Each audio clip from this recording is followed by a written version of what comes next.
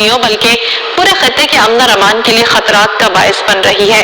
भारत मकबूजा कश्मीर में डोमिसाइल कवानीन में तब्दीली करके आबादियाती तनासब को तब्दील करना चाहता है।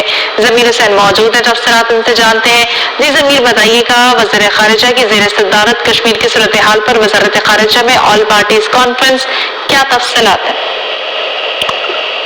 जी बिल्कुल, वज़ीर ख़ारिजा शाह महमूद कुरैशी की ज़ेर सदारत कश्मीर की सूरत हाल पर वज़ारत ख़ारिजा में ऑल पार्टीज कॉन्फ्रेंस जो है वो जारी है।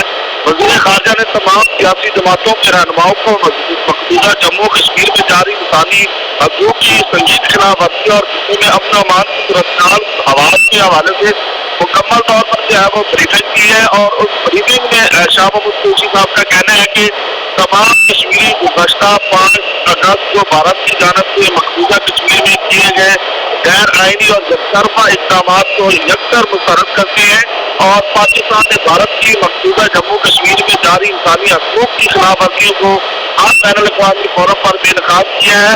वकील शाह महमूद कुरैशी साहब का कहना है कि भारत सरकार की हिंदुत्व पॉलिसी ने न सिर्फ कश्मीरियों बल्कि पूरे खित्ते के अमन अमान के लिए खतरात का बायस बन चुकी है और भारत मकबूजा कश्मीर में डोमिसाइल कवानीन में तब्दीली करके आबादियाती तनासब को तब्दील करना चाहता है, जो बैनुल अक़वामी कवानीन की सरीहन खिलाफ वर्जी है।